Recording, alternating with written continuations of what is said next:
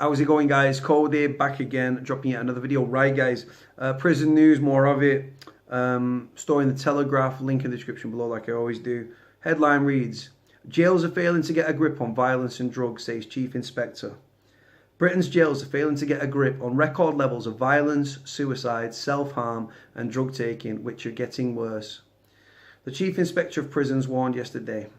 Peter Clarke told MPs that since his annual report in July, he had not seen anything to give him optimism that any significant corners had been turned.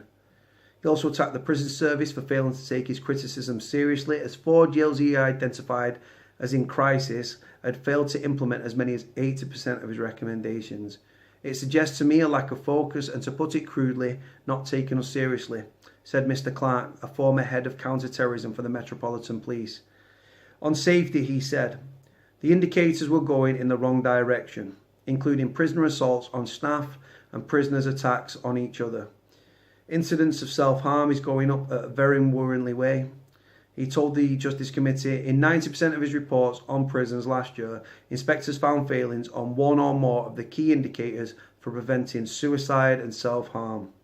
He warned that drugs were destabilising too many jails and were directly associated with rising violence. He also pointed to a direct correlation between worsening safety levels and falls in prison officer numbers.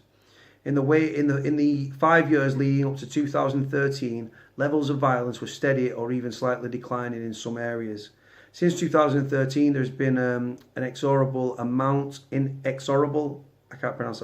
rise. The correlation is that the second half of the decade coincides with a reduction in staff numbers within the estate.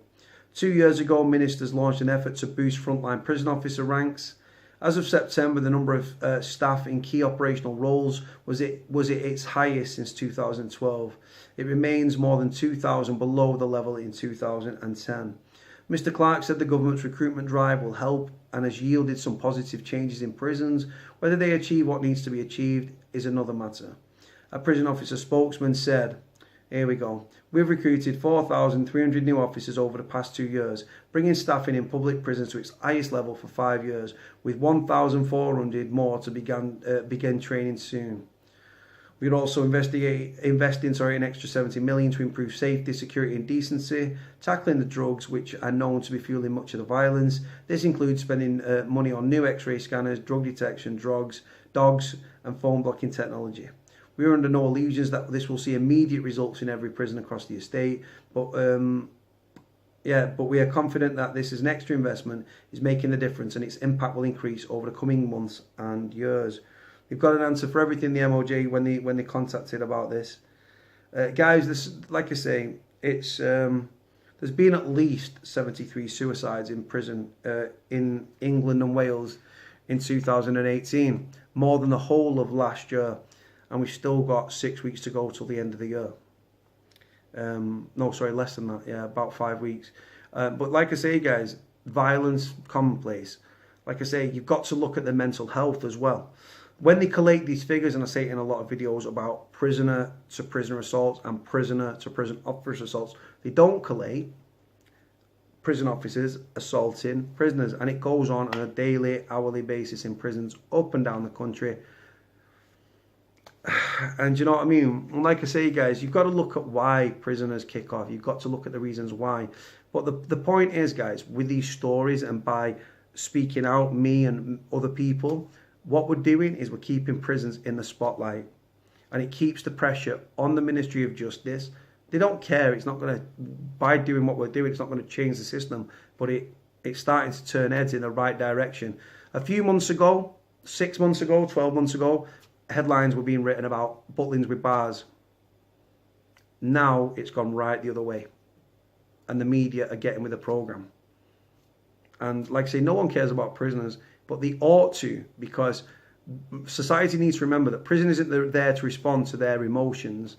It's 99% of prisoners, unless serving whole life tariffs, are going to be reintegrated into society at some point. And it's how we treat them it's how we treat them and how they are nurtured in prison, which will determine and dictate what will happen upon release. You leave prisoners to take drugs behind the door and fall into debt and stuff like that. Yes, you're going to see an increase in violence, self-harm and suicide. But like I say, it's how we treat them whilst in prison that will dictate and determine what happens upon release. If every prisoner got skills and training and education in prison, would they all reform? No, of course they wouldn't. Not stupid. But those prisoners would fall by the wayside, a lot of them. But there's also a lot that would grab it with both hands and run for it. Gets them out of the cell, keeps the brain ticking over, gives them the mental stimulation. Do you know what I mean? He might even have homework when they go back to the pads. This is the thing. Rather than making prisoners out of our students, let's make students out of our prisoners. I've said it once, I'll say it 1,000 times. Like I say, the attitude towards prisoners, those on the right side of the tracks that want to brutalise prisoners, doesn't deter. Doesn't, do you know what I mean? Doesn't aid rehabilitation. If anything, it creates monsters. And with fewer police on the streets since 1996, since comparable records began, these people attitude is all wrong. Prisons need to be the last line of defense, because like I say, the last thing you want are hardened criminals that make more criminal connections in prison coming out and going back to crime, with frontline policing under the Conservative government, the Tory government, being decimated. Community police stations are closing down, response times are down, crimes going unsolved and even uninvestigated. Criminals' paradise out there, guys. Prison has to be the last line of defense. It has to be. I want to leave you on that note, guys. Let me know what you think. Like, comment, subscribe. Cody out.